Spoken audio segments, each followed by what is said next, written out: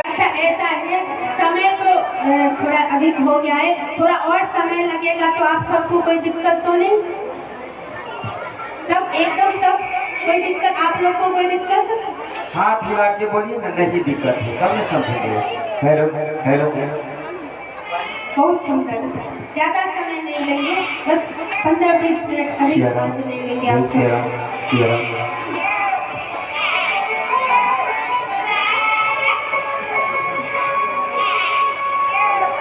बच्चा रो रहा है, जन्म हो गया, आराम से विराजिए।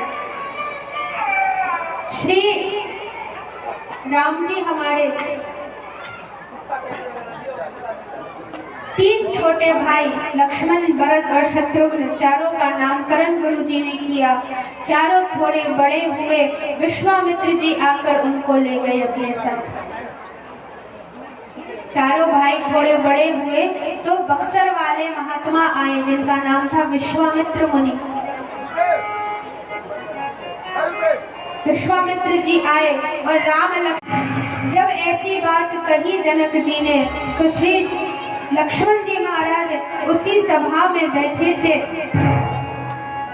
लक्ष्मण जी उठे क्रोध में, बोले, हे जनक जी, आपने सोच विचार कर नहीं कहा, विद्यमान रघुकुल मणि जानी।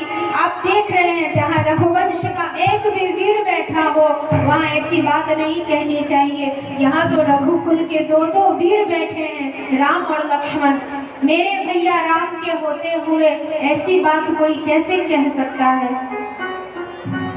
अगर राम भैया का आदेश मिल जाए तो एक गेंद की तरह में पूरे ब्रह्मांड को उठाकर नचाकर फेंक दो, इतनी ताकत है मुझ में। जो तुम्हारे अनुशासन पाऊं, कंदुक इव ब्रह्मांड उठाऊं। आप धनुष की बात करते हैं। राम जी ने कहा, लक्ष्मण जी शांत हो जाओ, बहुत हो गया। भैया बैठ गए। तब विश्वामित्र जी ने कहा, उठहु राम भंजहु शिव चापा, मेटहु तात जनक परितापा। उठिए राम, अब जनक जी के दुख का नाश कीजिए, वैदेही संग अपना गठबंधन कीजिए और सारी जनक नगरी को सुखी कीजिए। आपके ही इंतजार में ये धनुष है। श्री राम जी उठे, धीरे धीरे धनुष के पास गए, धनुष को प्रणाम किया और लेत चढ़ावत खेचत गाड़े, को न लखा लहे सब ठाड़े। इतनी फुर्ती में राम जी ने उठाया, चढ़ाया, तोड़ा, किसी ने नहीं देखा। जय जयकार मच गया, बोल राघवेंद्र सरकार की जय, कौशल्या नंदन की जय, श्री रघुनंदन की जय।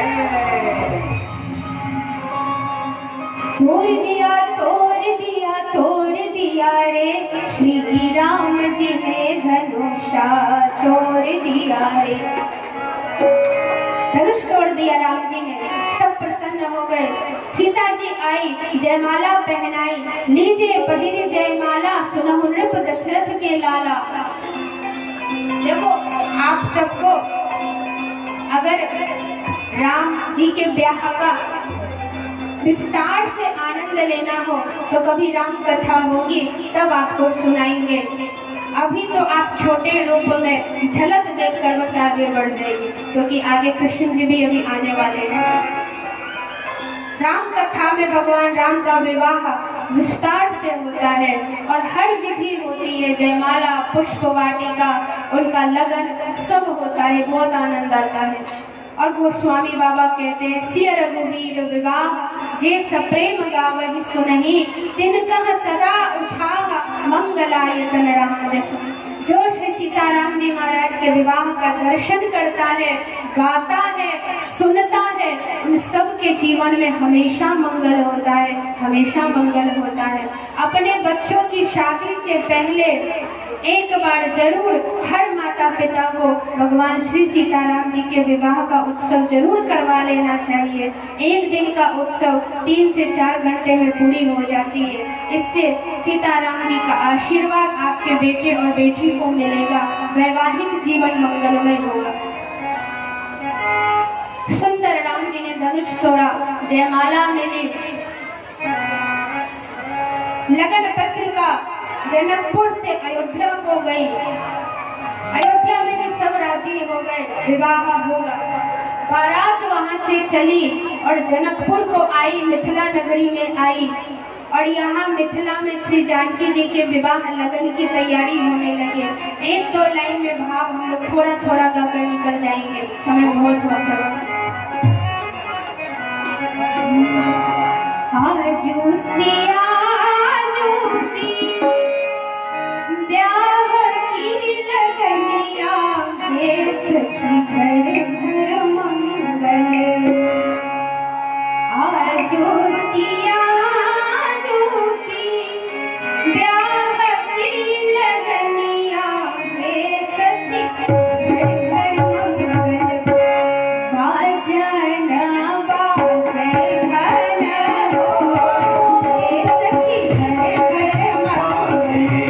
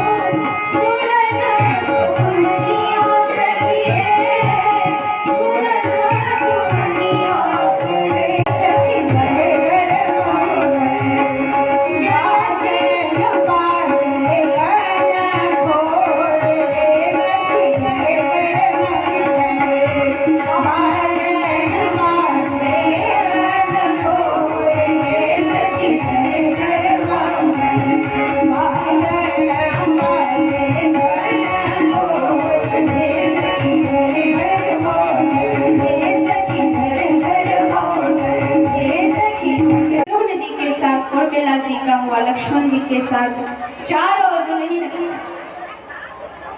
दुल्हा एक ही मंडप पे बड़ी सुंदर शोभा हो रही है। शोभित सीताराम कनक मंडप कर रहे, सुंदर झांकी सबने दर्शन किया। सुंदर कन्यादान, पानी ग्रहण, गठबंधन, सिंदूरदान और अंत में श्री राम जी श्री जानकी जी के हो गए, जानकी जी राम जी की हो गई।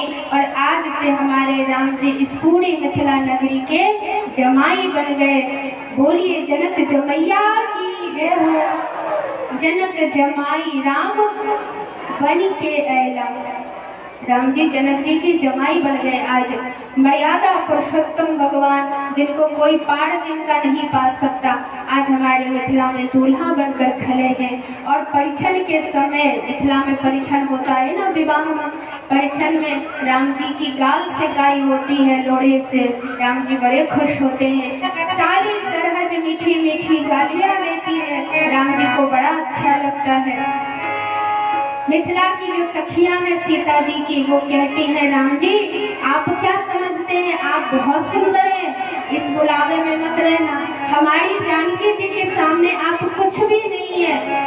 आप हमारी सीता, हमारी सखी, हमारी बहन जानकी जी की बराबरी नहीं कर सकते। मिथिला में बड़ा सुंदर भाव उन्होंने गाया। सजनी करै छी, बस सुनिए आप सब, आनंद लीजिए। सजनी करै छी किएक अहाँ ये एना खुशिये बड़ाई। मतलब आप सब समझ ही गए। सखियां कह रही है राम जी से, राम जी क्यों बेकार में झूठी मूठी अपनी तारीफ कर रहे हैं कि हम बहुत सुंदर हैं। ना ना, हमारी सिया जी के सामने आप कुछ भी नहीं है, भूल जाइए। सजनी करै छी किएक अहाँ ये एना खुशिये बड़ाई। पर सिया के कता होता है रसिया रघुराई।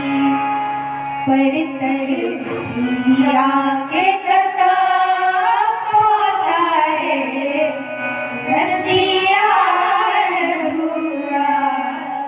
कहाँ से सिया जी की बराबरी करेंगे आप राम जी? क्यों? क्योंकि राम जी है अनहरिया। अनहरिया जानते हैं ना? अनहरिया पक्ष, इजोड़िया अनहरिया, दो पक्ष होता है ना।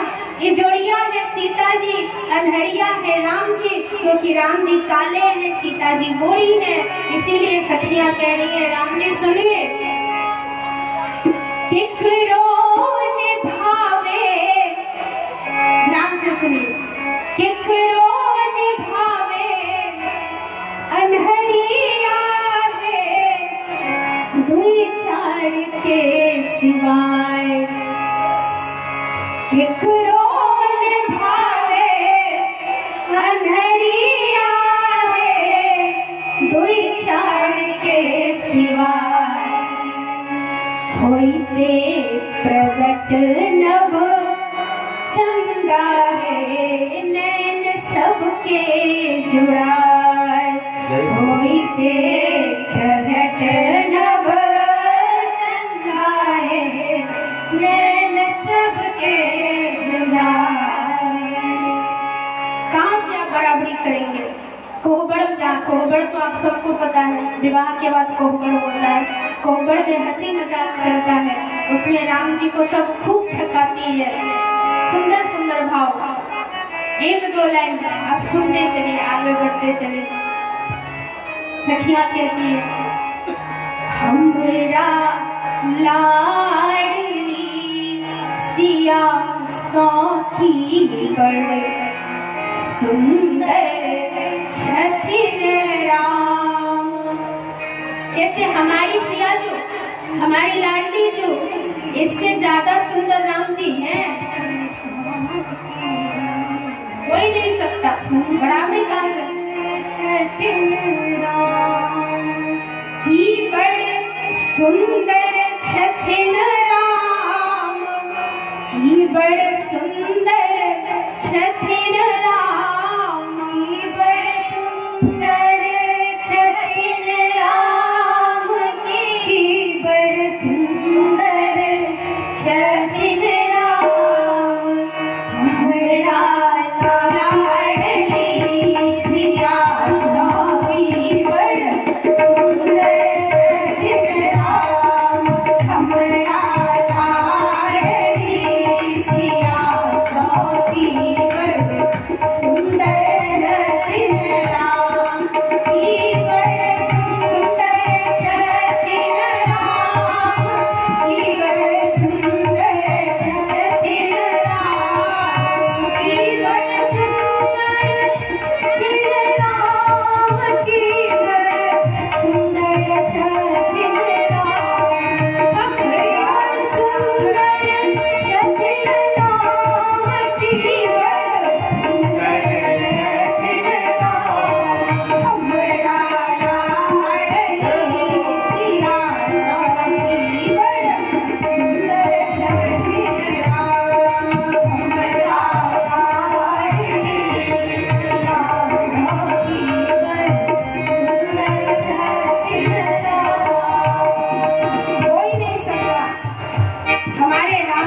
ज्यादा सुंदर तो कोई है ही नहीं, सिया जी से ज्यादा सुंदर। जो मिथिला के लोग हैं वो तो यही कहेंगे कि हमारी बहन जानकी बहुत सुंदर है। अपने दामाद को ज्यादा अच्छा थोड़ी कोई कहता है, सबको अपनी बेटी प्यारी लगती है। ऐसे जानकी जी सुंदर कोहबर में भाव है। कभी राम कथा होगी तो विस्तार से आप सबको श्री सीताराम जी का विवाह सुनाएंगे। छक कर आप इन गीतों का आनंद लीजिएगा, बड़ा आनंद आएगा।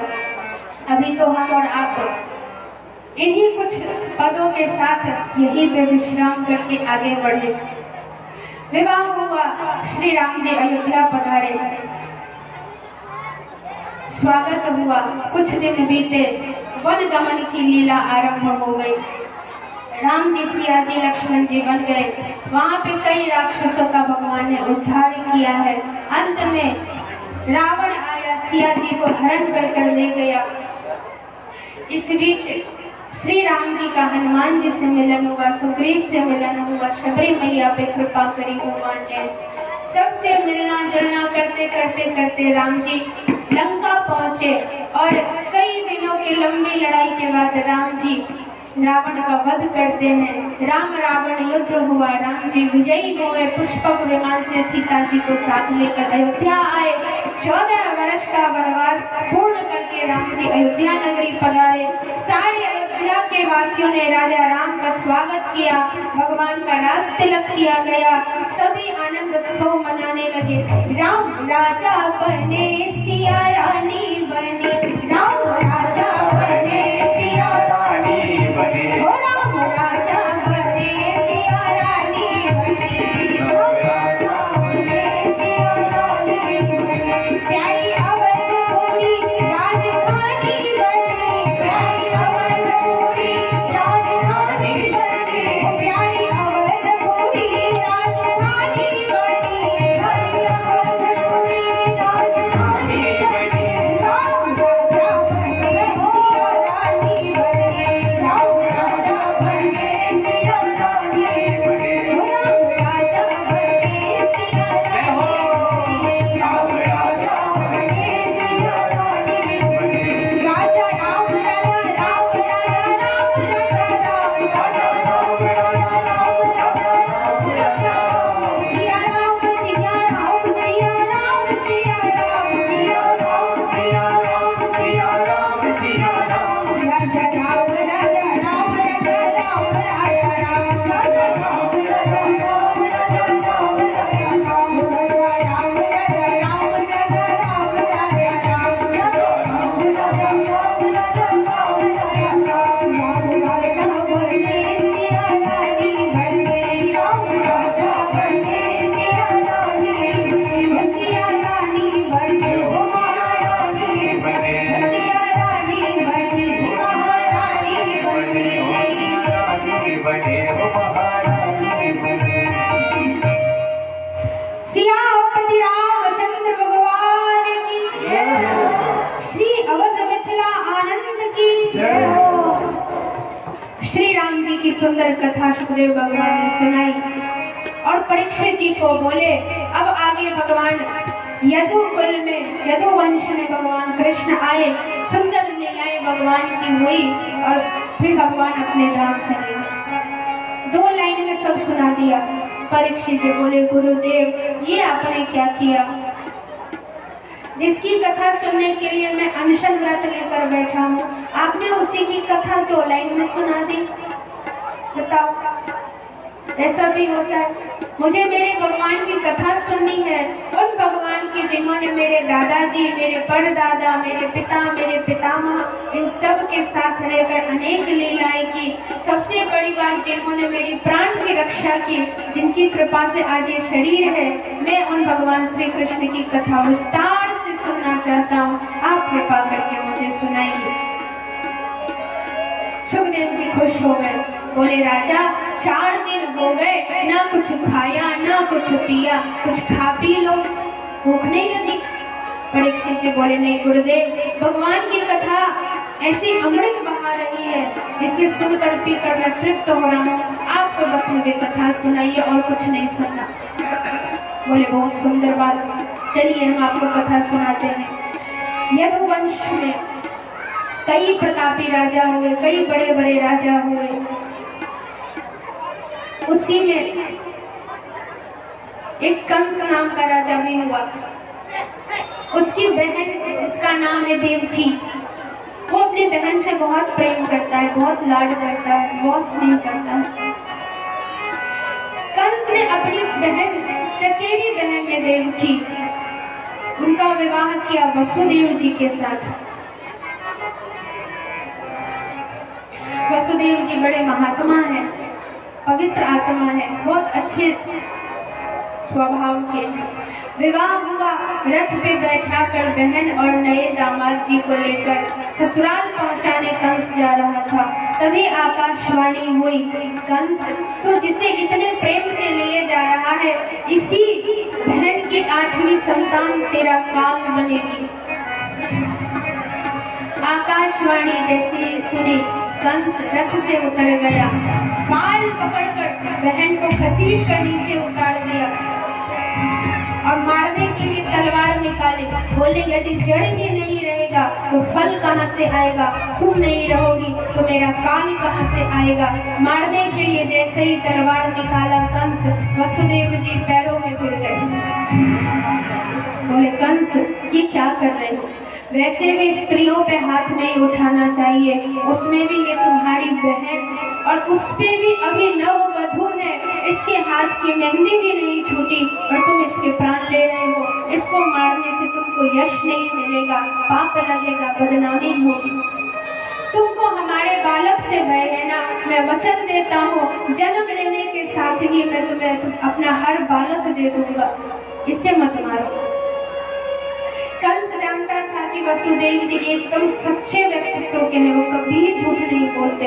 अगर वसुदेव जी ने वचन दिया है तो अपना वचन निभाएंगे, इसीलिए छोड़ दिया, लेकिन जेल में डाल दिया, बहन और बहनोई को जेल में डाल दिया और इंतजार करने लगा कि कब मेरा काल जन्म ले, कब मेरा काल जन्म ले। धीरे धीरे समय आया, पहले संतान का जन्म हुआ। वसुदेव जी उठाए और लेकर चले आए कंस के पास।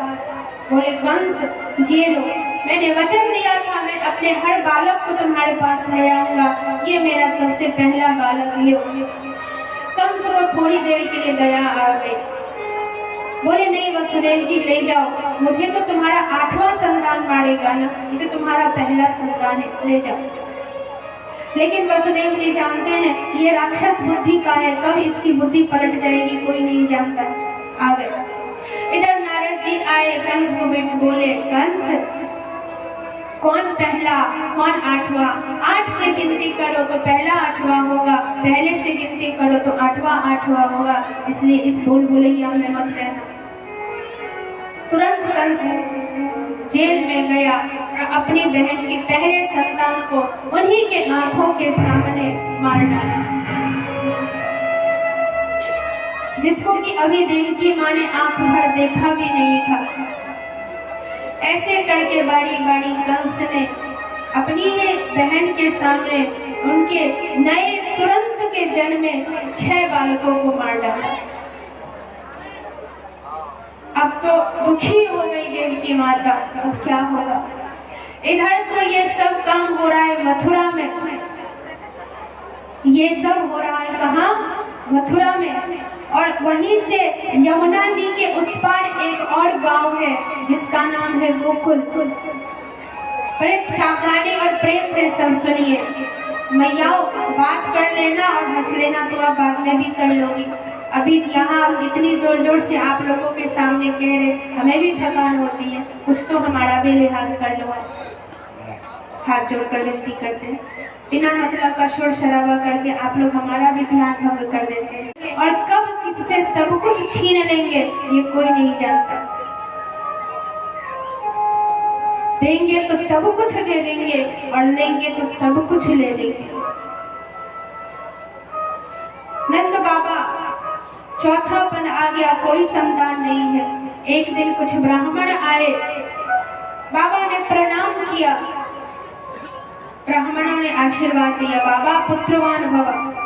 नंद बाबा बोले बाबा अब कहाँ से बेटा होगा, अब तो चौथापन आ गया, अब तो उम्र आधी निकल गई, अब तो जंगल जाके जो चाहता है गिरता रख सबको नंद बाबा खिलाते पिलाते, पटंच होकर सब ब्राह्मण देवता पेट पूजा करके खूब मन से खूब प्रेम से हवन करते हैं और भगवान से नित्य प्रार्थना करते हैं, हे प्रभु हमारे नंद बाबा को एक लालच दे, हमारी बात रख लेना।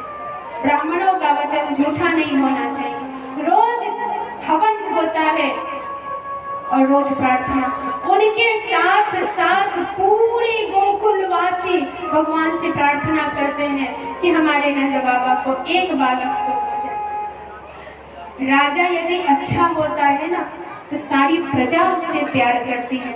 नंद बाबा गोकुल के मुखिया हैं और वो इतने सीधे, इतने सरल और इतने अच्छे हैं कि सारे गोकुलवासी उनसे बहुत प्रेम करते हैं। मनाया रोहिणी जी उस समय नंद बाबा के घर में ही रहती थी, कंस के डर से छुप कर रहती थी।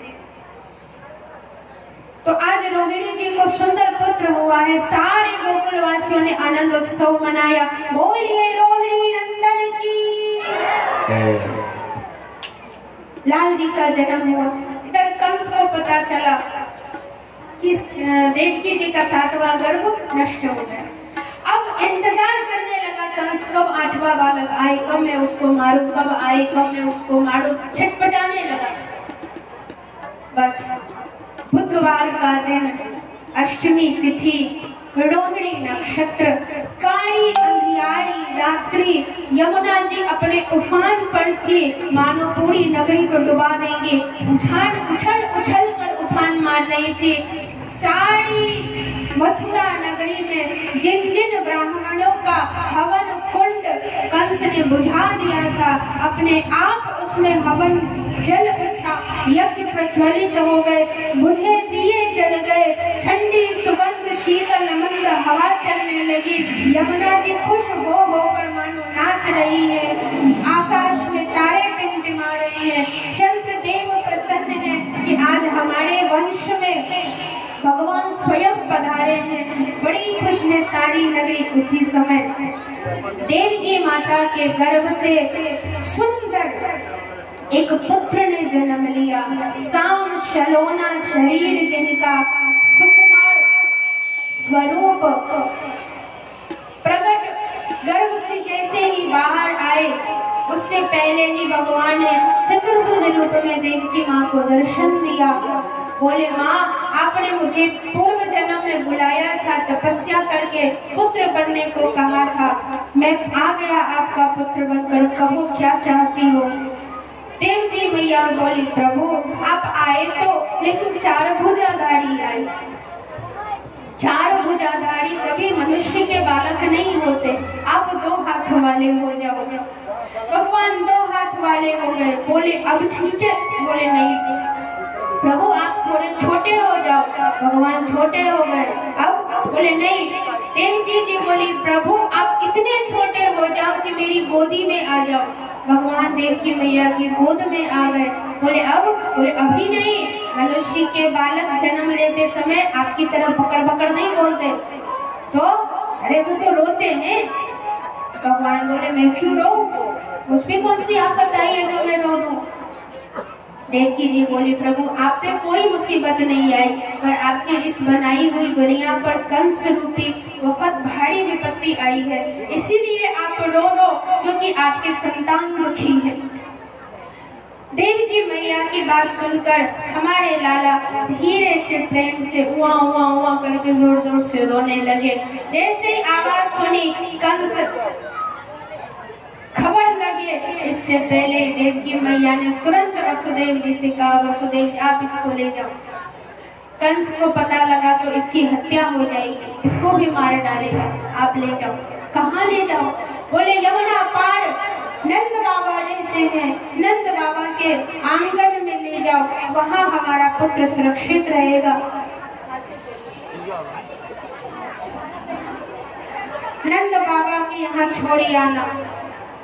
यमुना जी को पार करते हुए सारी बेड़ियां खुल गई, सारी हथकड़ियां खुल गई, सारे दरवाजे खुल गए। नंद बाबा के पास जाने के लिए टोकरी में बाल कृष्ण को वसुदेव जी उठाए, माथे पे रखा और जी उफान मार रही है। वसुदेव जी ऐसे ही नंगे पांव यमुना में प्रवेश कर गए। उछलते उछलते यमुना कभी घुटने भर आती है, कभी कमर भर आई, कभी सीने भर आई। अब तो वसुदेव जी सोचे मैं डूब जाऊंगा, मेरा पुत्र उसका क्या होगा। जब यहाँ तक पानी आ गई, सांस लेना मुश्किल हो गया, तब हमारे लाला ने धीरे से अपने छोटे छोटे लाल लाल नन्हे नन्हे पांव टोकरे से नीचे लटका दिए। यमुना मैया ने उनके चरण धो लिए, प्रणाम किया और वापस नीचे हो गई और अब पानी केवल घुटने भर रह गया। भगवान का चरण धोने के लिए यमुना जी इतनी उफान मार रही थी। जैसे ही चरण पखार लिए नीचे हो गई, वसुदेव जी लेकर बढ़े। नंद बाबा को उस दिन एक पुत्री हुई थी।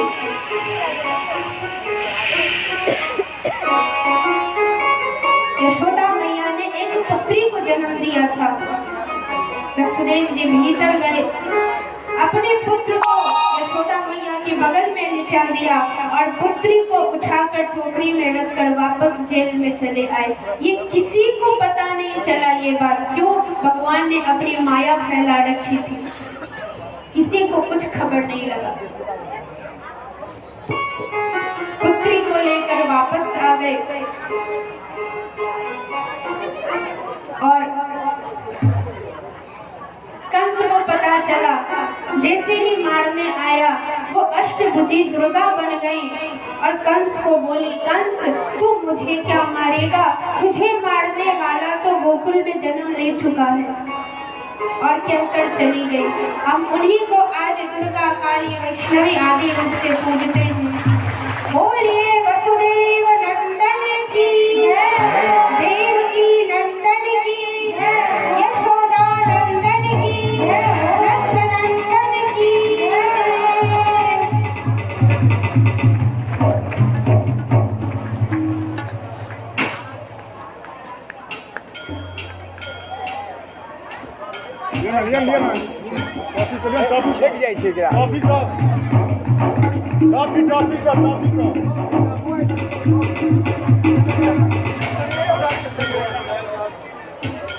वसुदेव जी लेकर चल रहे, आप सब दर्शन कर रहे वसुदेव जी का। लाला इनके माथे पे विराजमान है, लाला इनके सिर पे विराजमान है और सारे लोग आनंद मगन हो गए।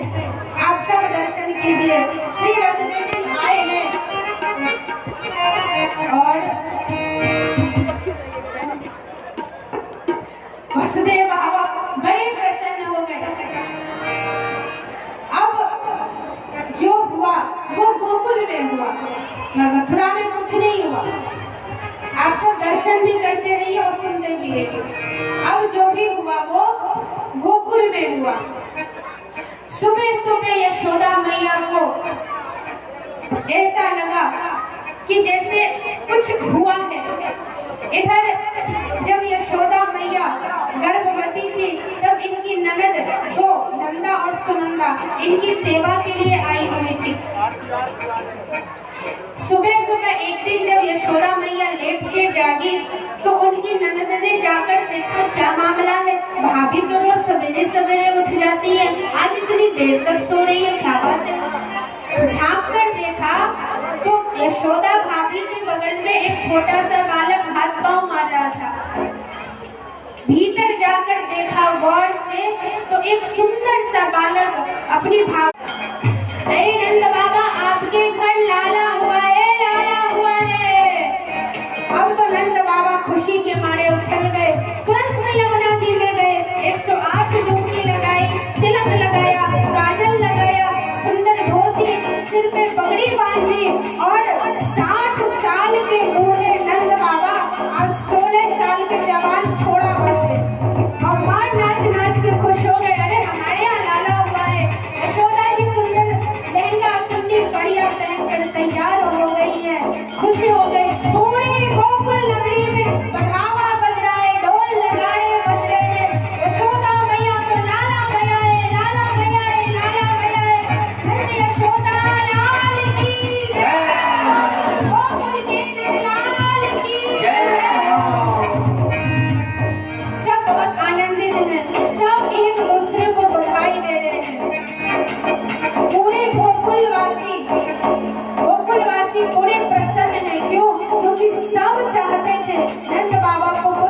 जाए। आज सबके मन की इच्छा पूरी हो गई, इसीलिए सारे ब्रज मंडल में आज उत्सव मन रहा है, सारी नगरी में उत्सव मन रहा है। सब एक दूसरे को उत्सव दे रहे, कोई ले रहा है, कोई दे रहा है, और जो लेता है वो अपने पास नहीं रखता, वो भी दूसरे को दे देता है। सुंदर सुंदर सब नए नए वस्त्र पहनकर आए हैं, कोई किसी को दही लगाता है, कोई हल्दी लगाता है, कोई माखन खिलाता है, सब तैयार है। हम सभी आज इस मंच से इस मिथिला नगर की भूमि पर बाल कृष्ण लाल का उत्सव मनाएंगे।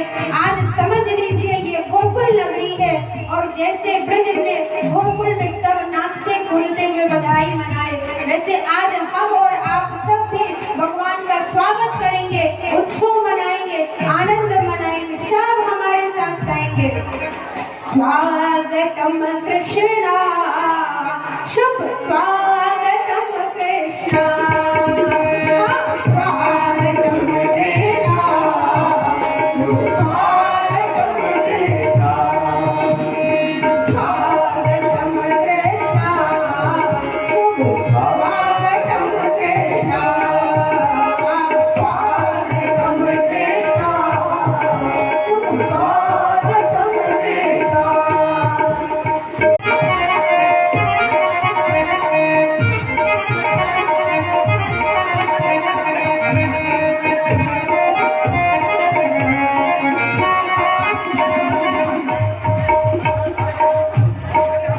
आप सब बैठ जाइए, ऐसे करेंगी तो सबको चोट लग जाएगी। बैठ जाइए आप सब, सिर्फ माथे पर ले लीजिए। बस आप ले आइए।